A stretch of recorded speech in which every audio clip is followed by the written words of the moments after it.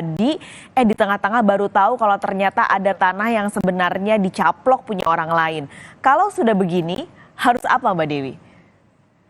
Ya, pertama tentu kami mencatat memang sengketa pertanahan atau konflik pertanahan yang berkaitan dengan bisnis properti itu juga jumlahnya sangat signifikan. Yang berkaitan dengan apakah itu pihak pengembang melawan warga ataupun tadi ada tumpang tindih klaim hak atas tanah. Jadi memang yang paling penting dalam konteks saat ini yang berkaitan dengan sudah korban,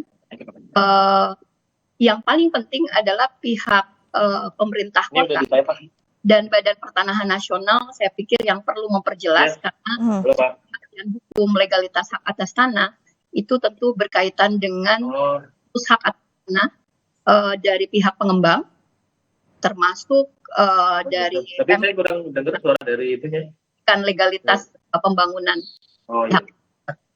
Oke, jadi ini sebenarnya bolanya memang di Pemkot dan BPN yang berhak untuk menyelesaikan. Tapi tadi Mbak Dewi cerita ini jumlahnya naik terus, konflik yang ada bersama dengan pengembang yang terjadi. Apakah Konsorsium Pembaruan Agraria ini mencatat trennya bagaimana sih Mbak tiap tahunnya? Lalu apakah ada daerah-daerah tertentu yang memang tren konfliknya ini terjadinya banyak sekali? Iya, rata-rata memang yang berkaitan dengan konflik atau sengketa pertanahan di bidang atau di sektor pembangunan properti ini lebih banyak memang di daerah-daerah perkotaan. Oke. Jadi yang sedang banyak proyek-proyek properti, pengembangan real estate atau perumahan itu memang daerah-daerah yang pastinya banyak menimbulkan sengketa. Ini sebenarnya sumbernya dari ketidakpastian hukum dan legalitas hak atas tanah, termasuk tentu ada kemungkinan banyak juga praktek-praktek mafia tanah yang berkembang sehingga membuat status hak atas tanah menjadi bias, menjadi tidak jelas, bahkan timbulnya sertifikat-sertifikat bodong. Oke, Mbak Dewi, saya mau coba dulu ke Pak Wahyu, warga dari Green Village. Pak Wahyu, selamat pagi. Iya, selamat pagi, Mbak. Baik, suara saya terdengar jelas ya Pak Wahyu?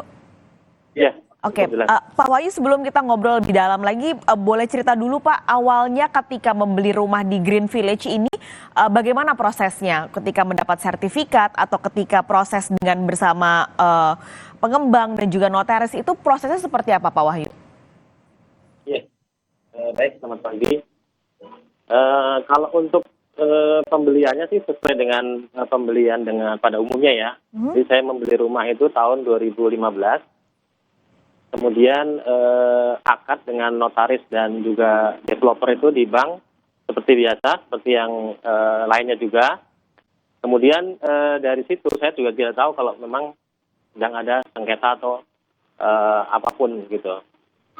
Kemudian baru setelah itu di 2016 baru kita mendengar kalau memang ada sengketa lahan antara pihak pemilik tanah sebelah dengan developer. Seperti itu kira-kira Mbak. Oke, jadi waktu 2015 waktu ngurus KPR di bank, berarti bank juga tidak melihat ada keanehan di sertifikatnya ya? Iya, betul. Oke, waktu 2016 baru dengar ternyata ada perselisihan sengketa tanah ini, ketika itu pengembangnya bagaimana responnya untuk para pembeli rumah di Green Village ini? Jadi kalau dari pengembang sendiri sih tidak ada info ya ke kami ya. Hanya saja karena memang itu kita diinfokan malahan dari pihak pemilik tanah sebelah, mereka sedang menggugat developer. Infonya seperti itu. Oke, setelah itu prosesnya bagaimana Mas Wahyu?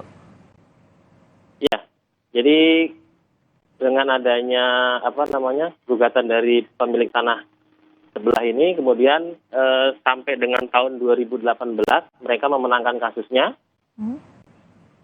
Kemudian dari situ mereka juga menginfokan bahwa lahan ini akan dieksekusi nantinya, gitu. Kemudian waktu berjalan kurang lebih 3-4 tahun itu tidak ada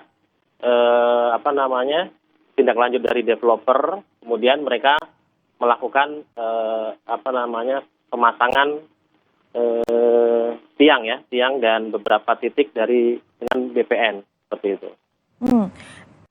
waktu ketika saya coba mundur lagi, ada pertanyaan yang saya lupa tanyakan Mas Wahyu. Waktu 2015 ini berarti prosesnya tetap ada notaris di situ? Betul, betul. Oke, dan semuanya berjalan aman ya?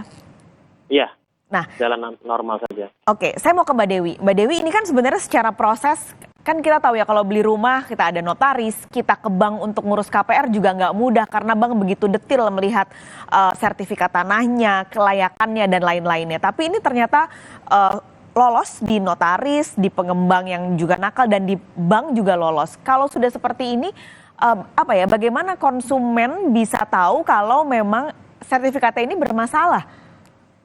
Ya, yang pertama adalah dalam hukum pertanahan, setiap hak atas tanah, apakah itu hak milik, hak guna usaha, hak guna bangunan, dan jenis-jenis hak yang dimungkinkan, menurut Undang-Undang Pokok Agraria, akan selalu sudah pasti ada catatannya, ada pendaftarannya, termasuk jenis-jenis peralihannya. Jadi ketika beralih pemilikannya atau terjadi transaksi jual beli dan pergantian dan seterusnya itu akan tercatat di dalam buku tanah dan sistem pendaftaran tanah di kantor pertanahan. Jadi sebenarnya penting bagi kita untuk memastikan siapapun kita ketika hendak bertransaksi itu memastikan keaslian dari bukti kepemilikan hak atas tanah. Yang itu bisa dicek langsung ke kantor pertanahan ataupun lewat sistem online. Meskipun sistem online saya pikir banyak juga masyarakat yang masih awam, sehingga kita bisa ngecek langsung untuk memastikan bahwa betul pihak developer ini memiliki legalitas bukti kepemilikan hak atas tanah, termasuk status kepemilikannya. Apakah developer ini adalah dalam status kepemilikannya hak milik atau hak guna bangunan saja? Artinya hak guna bangunan itu hanya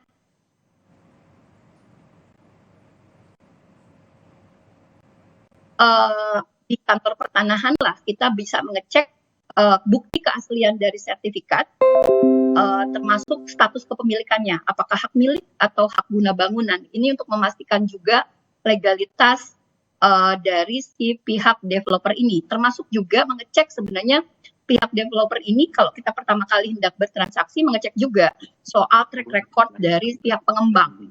Karena kita juga harus memastikan bahwa pihak pengembang ini juga kemudian dia juga punya track record yang baik di bisnis properti. Dan tadi harus digarisbawahi adalah sertifikatnya harus hak milik ya Mbak Dewi? Bisa saja hak milik atau hak guna bangunan. Jadi kan dimungkinkan ya, misalnya kalau kita melihat sudah ada putusan ingkrah berdasarkan Mahkamah Agung, artinya memang ada pemilik yang sah menurut putusan Mahkamah Agung. Nah, artinya yang menjadi pertanyaan berikutnya adalah pihak developer ini legalitas bukti kepemilikan misalnya apa? Apakah memang hak milik, artinya ada double sertifikat yang dimiliki atau diklaim oleh dua pihak yang berbeda, atau memang terjadi transaksi atau kesepakatan di masa lalu antara pemilik tanah yang sah dengan misalnya yang sekarang menjadi pihak developer, artinya dia hanya guna bangunan. Nah, ini menjadi penting untuk dicek sehingga ketika sudah terjadi ada double claim atau tumpang tindih klaim di atas objek tanah yang sama, maka dalam hal ini Kementerian Agraria Tata Ruang, Kantor Pertanahan Kota Bekasi, dan Pemkot juga harus turun tangan untuk memberikan kepastian hukum. Bagaimana bisa terjadi tumpang tindih klaim di atas objek tanah yang sama. Belum lagi bicara tidak hanya soal hak atas tanah, tapi bagaimana mungkin misalnya jika masih tidak clear and clean status hak atas tanahnya, kok bisa juga diberikan izin membangun bangunan B-nya. Nah itu sehingga di awal-awal kita juga harus punya surat ketika kita ingin membeli properti atau membeli tanah, kita juga harus memastikan dari pihak developer juga punya syarat, punya tanggung jawab memberikan surat pernyataan bahwa tanah tidak dalam sengketa. Jadi status clear and clean di atas tanah itu menjadi penting untuk memastikan bahwa tanah yang hendak kita beli atau bangunan yang hendak kita cicil itu tidak dalam sengketa. Itu juga menjadi salah satu persyaratan ketika kita bekerja sama atau bertransaksi dengan pihak developer. Oke, nanti saya juga akan ngobrol dengan Mas Wahyu. Ini kemarin Pemkot berjanji akan turun tangan juga mengawasi dan menyelesaikan permasalahan ini. Bagaimana proses sejauh ini? Nanti kita akan berbincang lagi bersama Mas Wahyu dan juga Mbak Dewi, tapi kita akan jeda sejenak. Sapa Indonesia Pagi segera kembali.